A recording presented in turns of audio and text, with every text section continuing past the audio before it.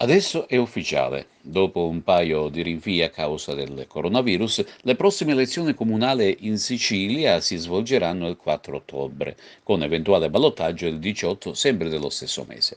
Le elezioni amministrative interesseranno 62 comuni dell'isola, con due capoluoghi di provincia, Agrigento ed Enna.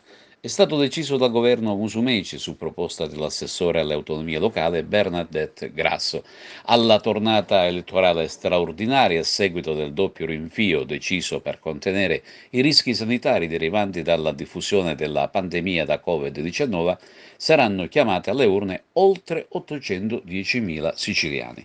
Come si ricorderà, le elezioni erano state programmate originariamente per il 24 maggio, poi rinviate dal governo regionale al 14 giugno, con eventuale ballottaggio il 28 dello stesso mese. Ma vediamo quali sono gli 8 comuni agrigentini chiamati ad eleggere sindaco e nuovi consiglieri comunali.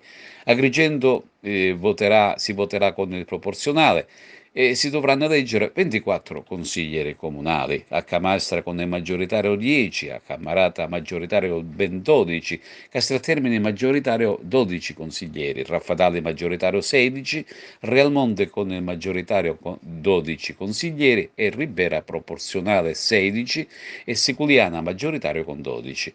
Per quanto riguarda i candidati, ad Agrigento sono certe le candidature dell'uscente Calogero Firetto, il medico Franco Micciche e l'ex primo cittadino Marco Zambuto. Nei prossimi giorni si conosceranno i nomi di altri candidati a sindaco di Agrigento da parte di altre forze politiche presenti nel territorio agrigentino.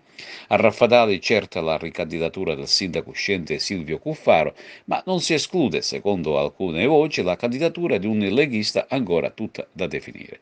A Ribera le candidature già ufficializzate restano quelle di Matteo Ruvolo, ex consigliere provinciale e coordinatore di collegio di Forza Italia, e di Francesco Montalbano, assessore in carica alla giunta guidata da Carmelo Pace.